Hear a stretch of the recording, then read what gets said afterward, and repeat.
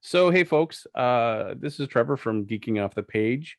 We're not really doing a Geeking Off the Page right now, kind of like a little sidebar, but it'll still be interesting, I hope. Hello, folks. I'm Mike Kitchen, and I'm partly to blame for this. So, months back, we were looking for topics to discuss, and I had the idea of talking about wizards.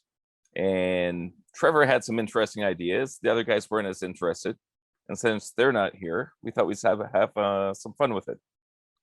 Sounds good to me. So, I'll kind of introduce this. So, Mike had posted the idea of, um, I mean, at least the way I took it. So, when we're younger, we're the hero of our own story. Just like we're the Luke Skywalker. We're the young hero. As we get older and have kids, we kind of shift more into like the mentor role, kind of like being like the Obi-Wan. And Mike had said something to the effect of, when we're kids, like when we're younger, we all wanted to play the fighter in D&D, the guy right out front doing the thing. As we get older, we kind of maybe want to take a half step back, maybe play the mage. We're still contributing. We're not like, elbow deep in guts at this point. So, Right. and I had said, well, if we were going to discuss wizards, the first thing we have to discuss is the fact that Gandalf from Lord of the Rings, in my opinion, is not a wizard. And that was interesting. That was the moment where I thought, we have a discussion. And you started typing up all your points. It's like, no, we got to save this for an actual podcast discussion. So, here we are. Again, rewinding things a little bit, back in Sheridan, again, we're young kids learning animation, ready to move on to the next stage of our life. And in my head, I had the iconic hero role of the Jedi Knight. So for me, it was always about that, right? Like pulling from the Star Wars lore, like what is the ultimate hero? How do you move forward as a young man in life? Jedi Knight. Mm-hmm. And that was the archetype. And then once you start pushing towards 50, it's like, no, that's not the role anymore. Like I'm pushing towards Obi-Wan Kenobi at this point. Yeah. And you start looking at all the mentor roles that you have in life. You've kind of gone through all your big battles, but there's future battles coming up, and it's the young generation that's going to have to face those battles. And then you start looking at the heroic archetypes that have that story arc. You look at characters like Gandalf, who in my opinion is the archetype wizard, which we'll get into discussion. But then you also have people like Obi-Wan Kenobi. You have people like from Naruto universe, it's Jiraiya. Mm-hmm. It's this old, wise and shinobi who teaches all the future Hokages what they need to learn to move forward. You have Merlin from like the ultra ancient stories. Exactly. And I would even go as far as to say in shows like The Wire, but the cop, Lester Freeman, he was essentially a wizard cop as far as I go, as far as archetypes. So that's the kind of stuff that's been rolling around my head. So going back to Gandalf, what did you have to say about that?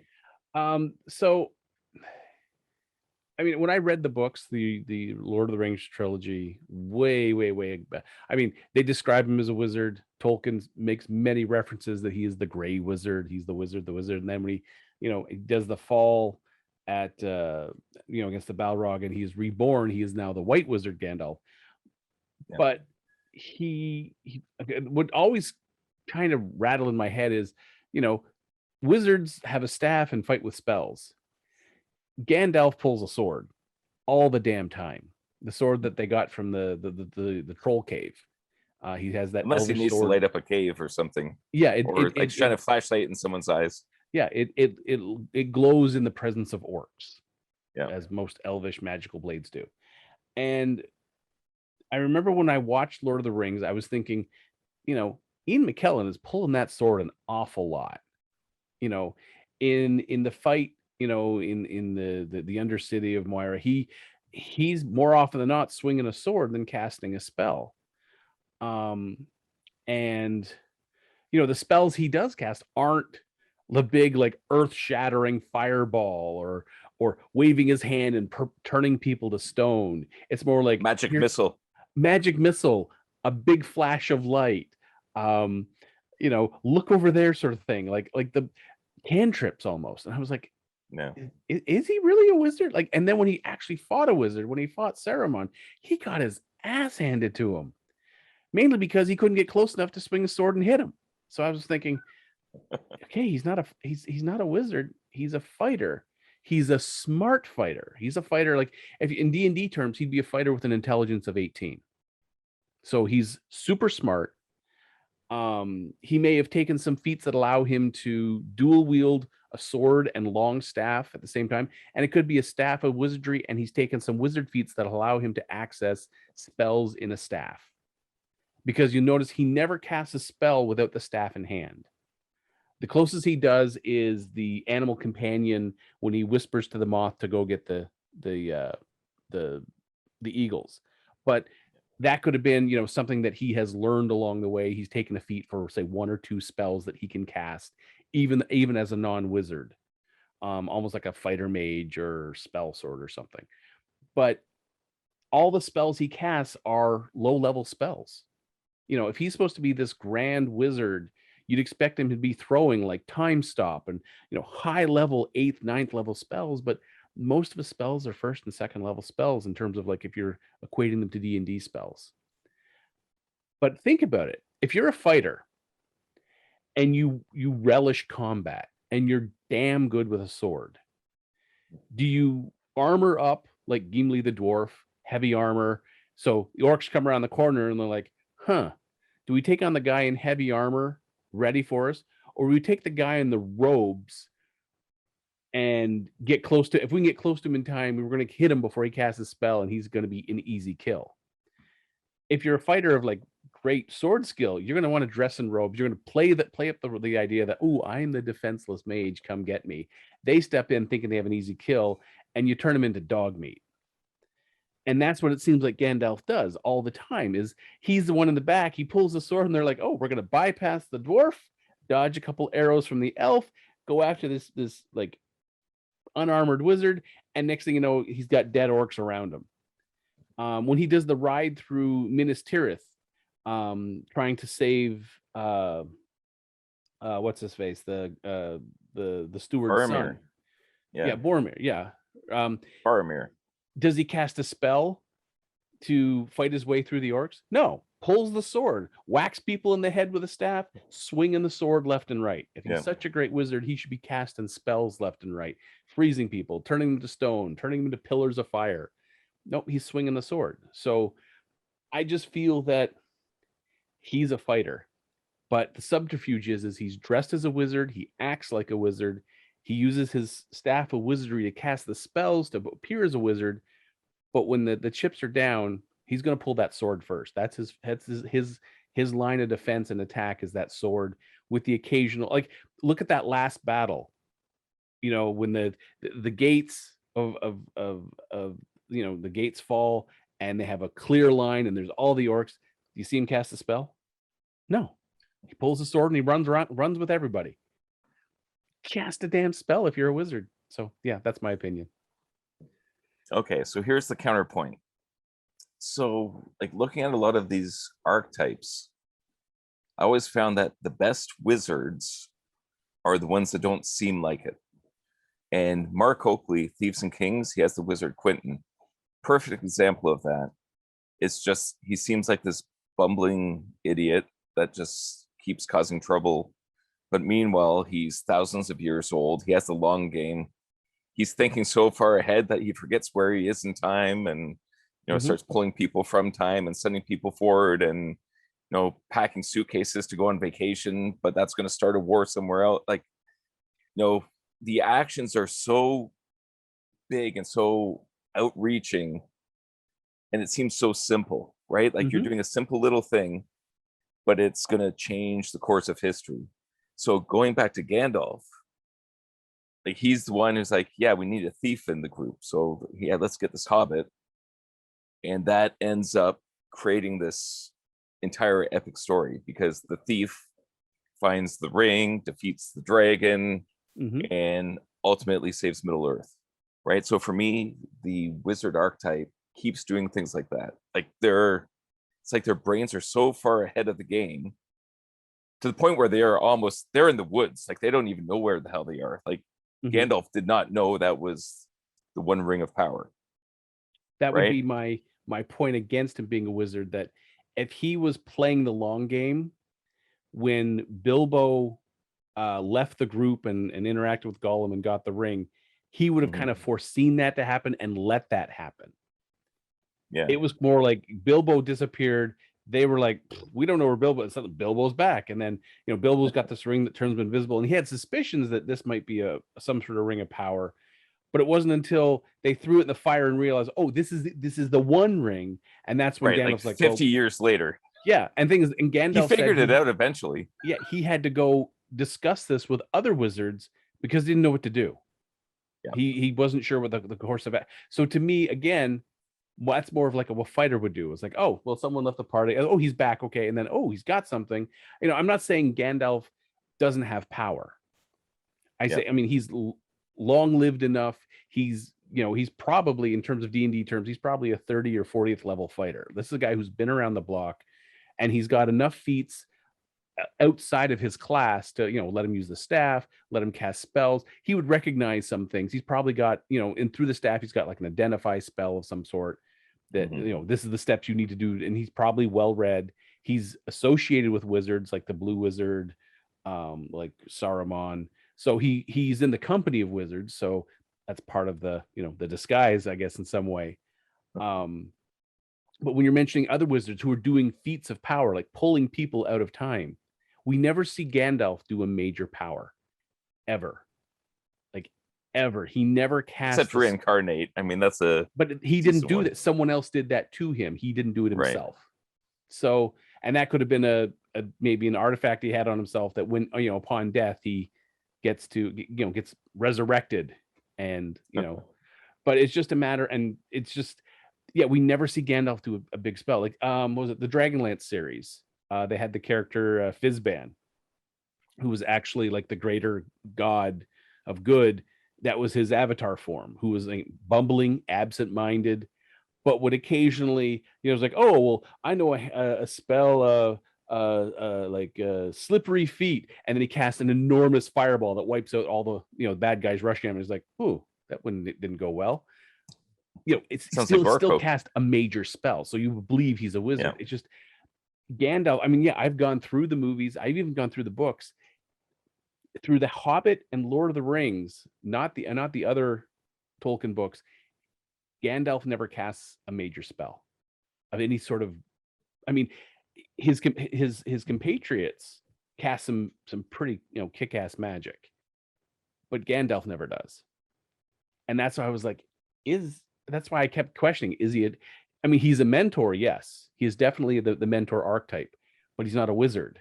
But he's playing a wizard. It's almost like Trevor Slattery playing the Mandarin. He puts on the outfit, does the voice, gets everyone. How dare you? It just, he doesn't watch. So, because for me, I think even like I agree with what you're saying with the not casting the spells, but I still think he's the ultimate wizard archetype, because when you're in that position, and again, when you're playing that role, because it's not, a book about Gandalf, it's a book about a hobbit, right? So obviously he's not the hero of the story. However, he's the one that's kind of pushing things along, like in the hero's journey. He's the mentor. He's the person that comes to give guidance and push the hero forward into the big adventure, right? And I think anytime you have the most powerful wizards, they tend to do the least amount of things. Like if you look at Yoda in Star Wars, Yoda lifted a whole X-Wing. Well, Yoda's big feat in Empire, he lifted the X-Wing when Luke couldn't, to show him what is possible. Right. Gandalf never showed. However, he never. Avoiding the prequels, because I thought flipping Yoda was silly, but you never see him. Again, not including fighting with Wookiees, because again, I don't. Yeah, but we're not counting that. We're just counting Star Wars Empire, Return of the Jedi. Okay, he never really gets into any conflict that shows how powerful he is. Well, He's basically just hanging out in a swamp, knowing that Luke's going to come there and defeat the Empire. Like he's kind again, he's it's kind a of like couple steps ahead. he's got like in D&D terms, he's the old man at the side of the road full of information that you have to stop at and get directed to the next. Yes. To me, Obi-Wan was more of the mentor. He was the one that got Luke off of Tatooine, got Luke onto the Death Star, got Luke off the Death Star, and provided the guidance for the fight of the Death Star. And then said, self-sacrifice. Sacrifice, and continues giving knowledge. Yeah, and reach that point in Empire where he's like, all right, I got to send you to a living person because I can't keep doing this. Go see Yoda. Yeah. And then still showed up after to give some information. And then again, showed up in Return of the Jedi when Yoda died to kind of complete out his arc of being a mentor to Luke. Mm-hmm. So in I look at it as Obi-Wan was more of the mentor than Yoda. Yoda was the old man at the side of the road full of information that to get people who were going this way that need to make that turn to complete the quest. Right. When I think of a wizard archetype, Merlin. Yeah. To me, Merlin is the ideal archetype. He, in fact, that's probably the original archetype. Yeah, he's the one that got Arthur as a young man. You know, sword in the stone. He could have probably taken over the country using magic, but that wasn't his role. He was there to guide Arthur. But there was a lot of stuff in the background that he was doing. He was keeping Morgan Le Fay basically, because she was the one using a lot of hostile magic. He was the one countering it without actually looking like he was countering it. He was the one who gave the sage advice about, how to defeat the Green Knight, how to, do this and that. But at the same time, he let Arthur make his own path. He let Arthur make the mistakes. He didn't say, oh, you made a mistake, let me pull you up out of the mud, go again. He would say, all right, these are some things we can do, but you've got yourself into this mess. You're going to have to fight your way out. To me, that's why Merlin was more of the ideal wizard archetype to go for, because he had magic. He would use it sparingly, but it was there. So, yeah. And so speaking of Merlin, I typed up some notes on some things I thought that create like the archetype character. So, and this is something I found with most of these wizard archetypes. So the idea that he has many names and alternate histories, right? So there's something very legendary about him, right? So everybody knows him by different names. There's so many legends that everybody has a different story for the character. Something about being touched by evil, and most of them, again, because they're such powerful characters, it's almost like Harry Potter with the the scar from Voldemort on his head, and again with the Jedi's and the dark side, and that kind of story keeps reappearing for wizards. The idea of fleeing into the wilderness. So like Merlin fled into the forest to live with animals and received a gift of prophecy. And Obi-Wan fled to Tatooine. Gandalf, I guess he's just wandering around the wilderness all everywhere. The time. But, so he has no spot where he's located. The prophetic knowledge, that's a huge part. Like they kind of see where things are going and are able to direct history. They're almost always an advisor to someone, like whether it's the young hero or someone in power. They've always got a weak spot. Like there's some sort of flaw in the character, like a Jiraiya for Naruto. Naruto calls him pervy sage because he's always, peeping at young girls while they're supposed to be training. And even Merlin, his undoing came after lusting after, what's her name, Nemu? Vivian, the lady at the lake. Well, Gandalf has he smokes a lot of the halfling leaf, the pipe weed. They even make a mention in the books is that the halfling leaf has dulled your senses, so he's smoking. Maybe that's why he's not casting magic missile. I can't. I'm hungry. Why can't I cast this spell? One thing with Merlin was the ability to shapeshift. Like that's an interesting one that shows up. Even Jiraiya for Naruto, he's got sage mode, and he can also summon toads and do really weird stuff like that. And then another one with Merlin is the idea that the ghost is able to give prophecies after his death. Yeah. So those were some of the key points that really make up that wizard archetype. Yeah, it's funny. I actually had a friend of mine who is huge into Star Wars, played the Star Wars RPG. Like, I think he stopped playing maybe 5 years ago. Oh wow. I mean, he's been playing it a long time. Like, it's long defunct, but he's still playing it. Right. And he said, he asked the question of, if you had to make a character now, what would it be? Mhm. And I said, probably the failed Jedi. And he was like, not just a Jedi? I'm like, no, because playing the young Jedi is just, it's not who I am, not anymore. In Right. college, yeah, I'd be like, oh, Jedi, absolutely, sign me up. I'll play the Yeah. smuggler, I'll play the Jedi. I remember looking through the book going, failed Jedi? Who the hell's going to play a failed Jedi? Now that I'm older, I'm like, that'd be a great character to play. Yeah. And yeah, I'd be like, in a heartbeat, I'd snap up the failed Jedi and go to town with that. Yeah. And that's why when you had made that comment, I was like, yeah, as I get older, I'm more into the mentor role than I am the active hero role. Right. So you fight your battles and you've won some, you've lost some. You had some future plans that you wanted to do, didn't quite get there, and you're kind of locked in whatever life reality you're in right now. Mm-hmm. But then, you got the young hero coming up. It's like, okay, kid, I have some advice for you. Like, here's some things that work, here's some things that don't. Let's go overthrow the empire. Exactly. Like If these, I have to fall on the sword, I'll do it. You yeah. just keep it going.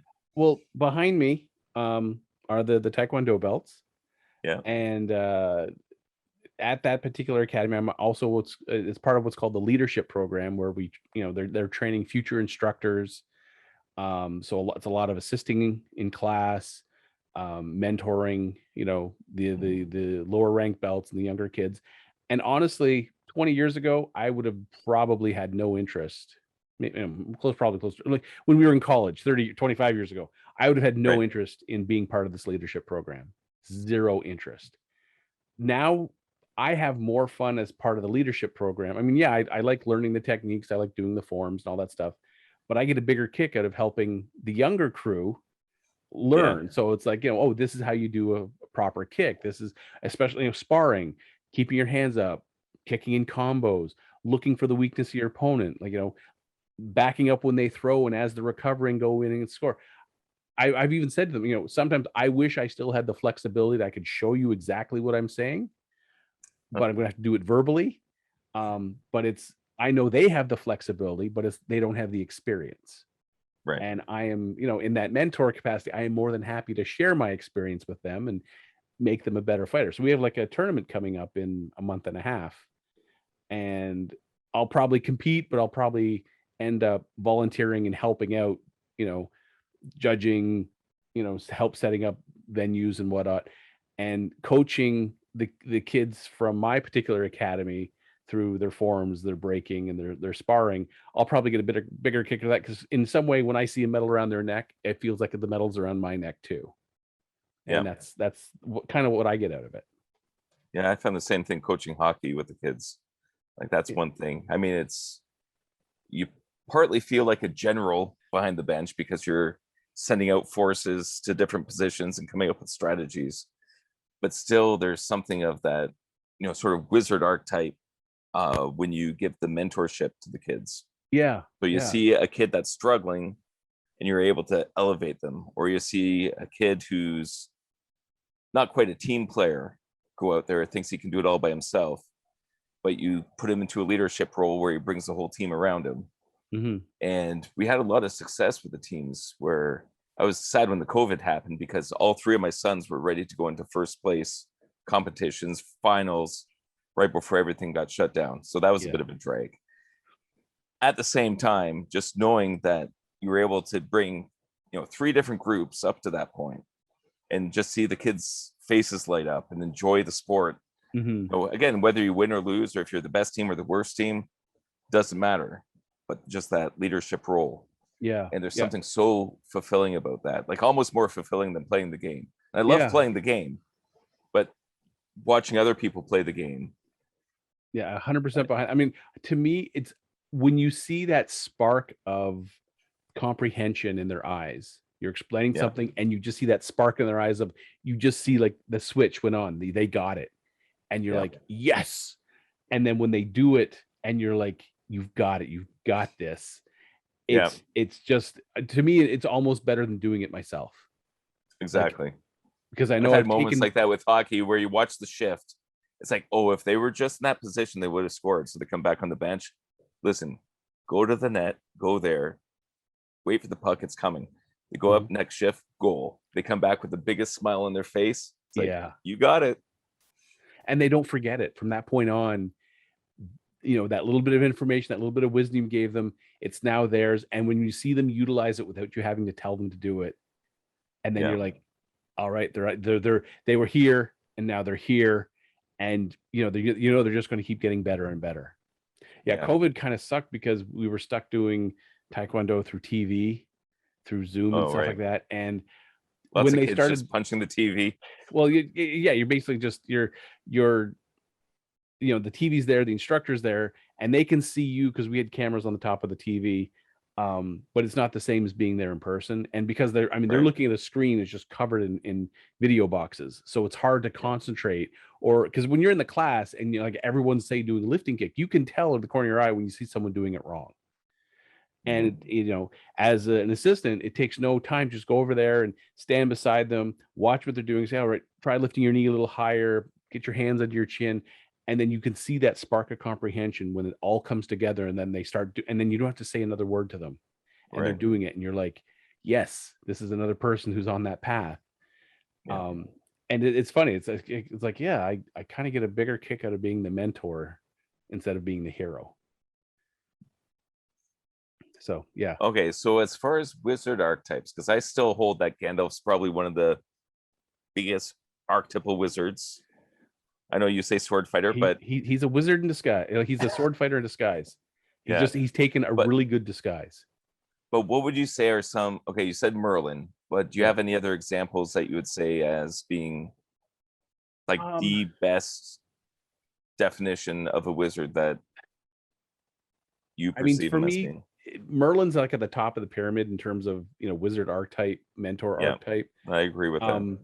Coming off of him, I've got Obi-Wan Kenobi. They even described him as that crazy old wizard in the desert. Yeah. Second they said it, I'm like, all right, he's got to be that wizard. And he was the mentor archetype. There's other shows I can think of where they have that, that person who has all that sage advice, that experience you're drawing upon, who makes the sacrifice. As stupid as it sounds, Quint from Jaws, the shark hunter. Okay. He was passing on how to tie knots. He was teaching the chief how to tie knots. He would give advice like, how you measure a shark when you see it from the tip of the dorsal to the tail. He was giving all the sage advice about shark hunting. He made the sacrifice. When the shark finally got on the boat and grabbed, he made the sacrifice. And they even mentioned, these bottles will explode. And all the information was given to Brody. So in my mind, Quint was kind of like that wizard archetype. He was that mentor archetype. Yeah. Now, he was there to kill the shark himself because he wanted the money. But he could have just, he could have clammed up during that whole trip and not told the chief a single thing. But he was kind of like in training, like in teacher mode while they were going out, while they were hunting the shark, while the shark was hunting them. Yeah. So that would be another one it was a kind of it wasn't until I watched Jaws recently that suddenly clicked. It was like, oh my God, Quint's a wizard. He's that mentor. He's the shark hunting mentor. Son of a bitch. That's great. So yeah, and second you come to that realization, you start seeing it in more and more shows. You'll see like it doesn't always have to be the old man or the old woman that has the information. It could be just a colleague of the same age, but someone who has that information that helps the hero take that next step when they're floundering, or take that next step when they wouldn't have. And to begin with, like until Luke met Ben, he would never have left Tatooine. I mean, he wanted to go to the That's academy, right. but his uncle had him under lock and key. He wasn't going anywhere. Mhm. And without Ben there to push him, he never would have left Tatooine. He would have been a moisture farmer. The Empire would have, blown up a couple of planets, and life The end. continues unabated. Yeah. So okay, so back to Gandalf then. So he pushed the hobbits out of Hobbiton. He pushed Bilbo out. Yeah. I think he was Frodo as well. Well, I think he was forced to take Frodo out because Bilbo was too old to return the ring. Mhm. Bilbo would never have survived the journey to get the ring back to the volcano to destroy it, and he knew that. And he knew that Bilbo was talking about retiring, and so he's like, "All right, this ring," and Gandalf was the one that said, "Well, this ring has to go to your nephew. You can't keep it with you. You got to pass it on." Yeah. And in Gandalf's mind, passing it on to take it to destroy it, for everyone to take a nice long marathon walk. I still honestly believe they wanted to use the eagles. That whole "fly, you fools" was him trying to tell them to go take the eagles, stop walking. It didn't have to be 3 movies of I people like walking. that. Yeah, well, it says "fly, you fools." Well, take them literally, people. Fly. So because the thing is Bilbo in his memoirs had mentioned the giant eagles, and they were in the Yep. battle of the 5 armies at the end of the Hobbit. So Frodo had to have known about the goddamn eagles. All of them probably did at some point, and Legolas probably could have found the means to summon them. Anyways, that's beside the point. Like, Gandalf does fit the role of mentor, but just not as a wizard mentor. That's for me, that's the distinction. He's just like Quint What was a makes the mentor, but difference he's not a then wizard. if the Jaws fisherman can be a wizard Well, it's just archetype? well, I didn't say he's not a wizard archetype. He's a mentor archetype. Oh, a mentor archetype. Okay. Yeah. So you can be a mentor but not be a wizard, and you can be a wizard not being a mentor, but that was a little harder to do. So what makes it a wizard? Is it just the spells that you cast? Is or the magic, or what is it that would define the archetype? Because for me, my opinion is it's more character arc. There is definitely power, but it's more of the archetype of the character and the role they play. Well, I in think the overall the narrative. archetype has to help the hero grow into who they're going to become. Mm-hmm. Bilbo, but does it need magic? Does it need spells? I don't think it needs magic, but did Gandalf turn Bilbo into a thief? I don't sort think of by kicking him out the door, in my opinion. Well, he kicked him out the door. It's the long game. But it's not. But the thing is, he never taught him anything. He's not like, here's how to pick a lock. Here's how to walk silently. Although the adventure taught him all that. But by the time he's done, he's basically like a savage little fighter. Yeah, but the thing is if you take Gandalf out of that equation and just have the dwarves pushing him along, he would have probably learned all the same things. The mentor, I think, in some way has to shape the hero into the hero who's going to. So Obi-Wan taught Luke a little bit of the Force. Got him swinging the lightsaber. Merlin, basically helped get Arthur to where he was. When he pulled the sword, he didn't know what the sword could do, didn't know any of that. And Merlin kind of steered him towards becoming king and become the king that Camelot needed, that the country needed. Mm-hmm. And so that's how, but I don't know if Gandalf really steered Bilbo or really steered Frodo as much as said, let's go that way for Frodo. And for Bilbo, it was just like, we're going to go that way. And you got a whole gang of dwarves behind you, so don't get crushed underfoot. Yep.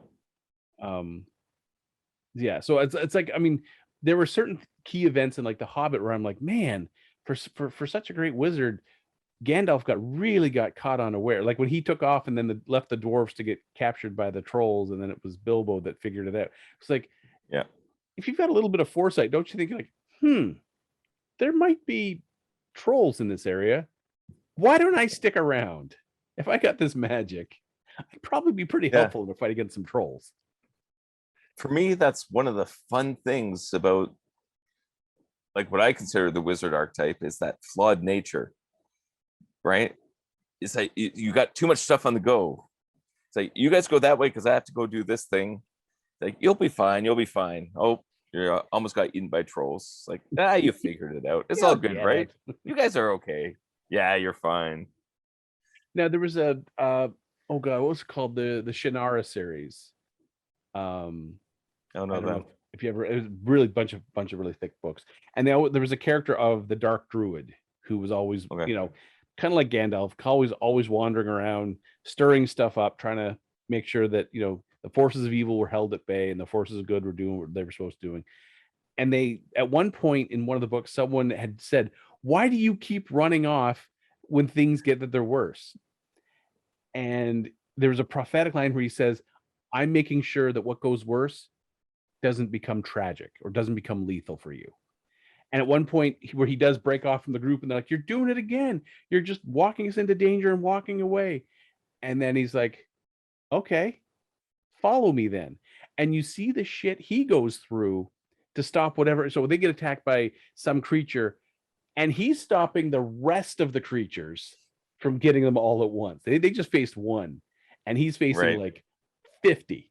And you're like, all right. So when you want to break off, you go ahead.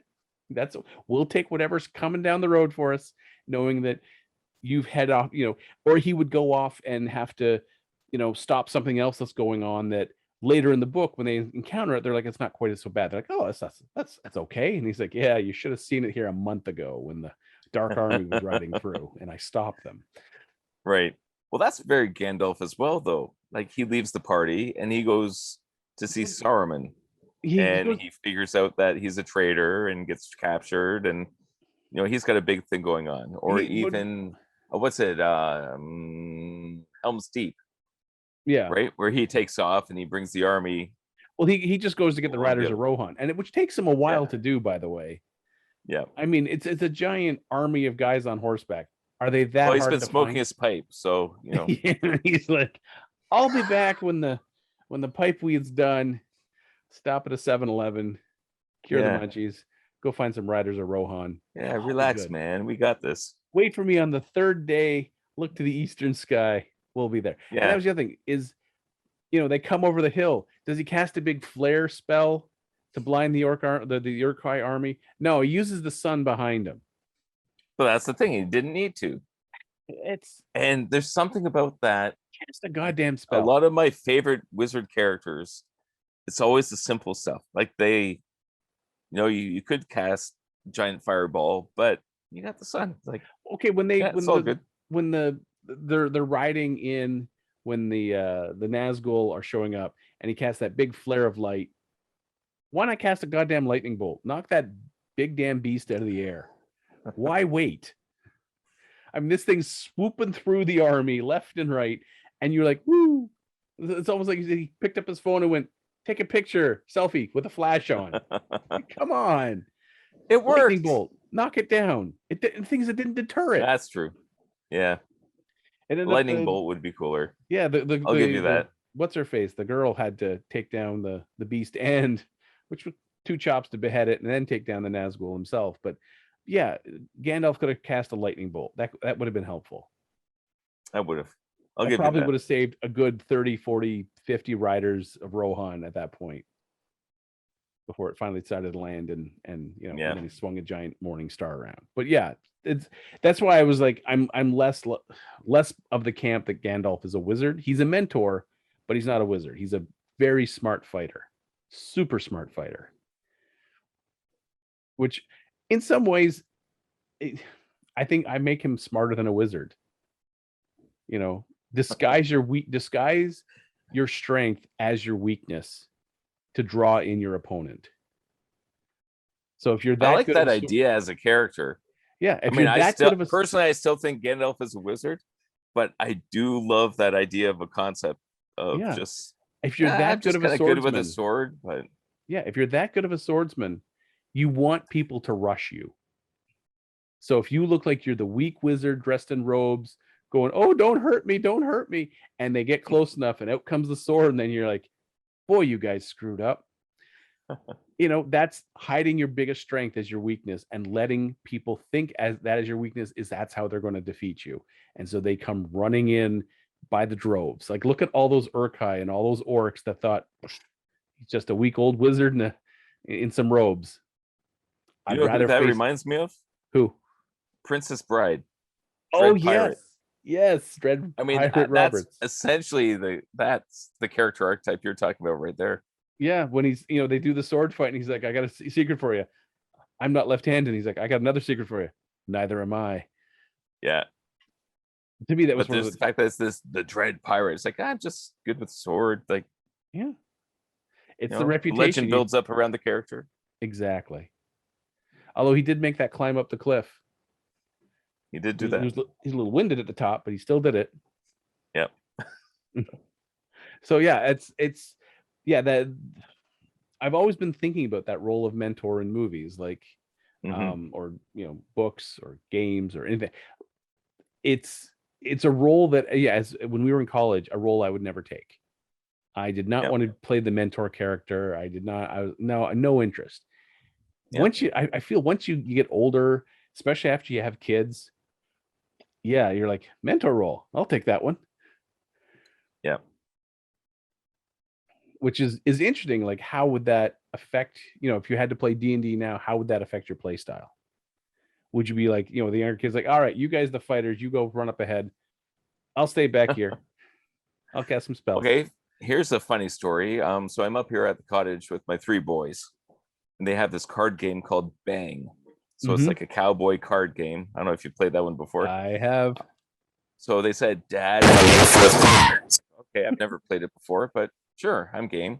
So I became the sheriff. And so I'm like, you know what? I don't know who my deputy is. So I'm just going to let this game play out. So they're shooting each other and doing things. Like, still don't know who it is. It got to the point where, like, Dad, this game's taking really long. I don't think we've ever had a game that's lasted this long before. Right. So I was like, no, I'm just going to sit in the sidelines. You guys figure out where things are.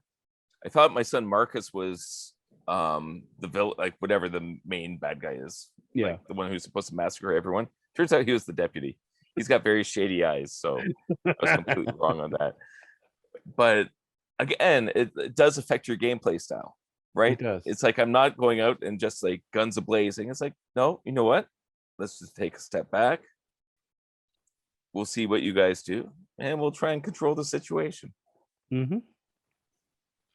It's funny. It's.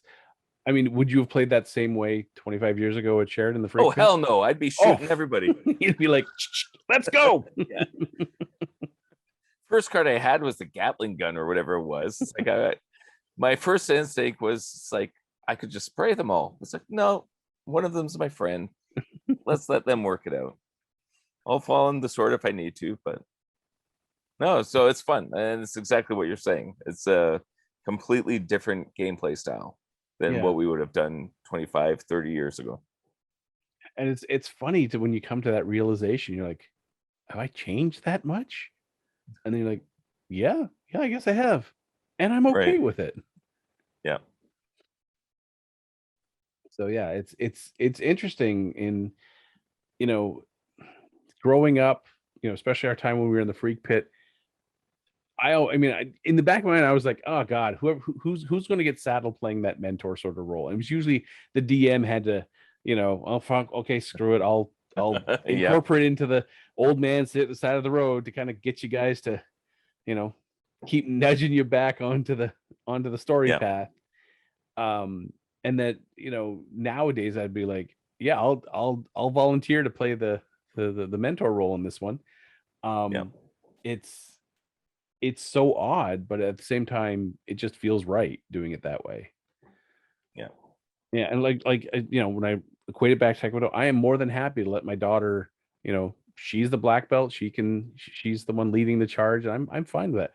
I'll instruct her, I'll mentor her. I have no interest being on the front line. It's not who I am anymore.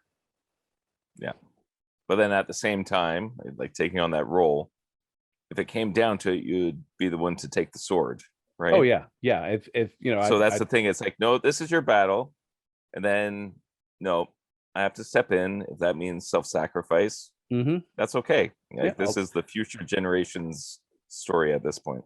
Yeah, I'll take the hit so that they can get their hit in on the other person. Yeah.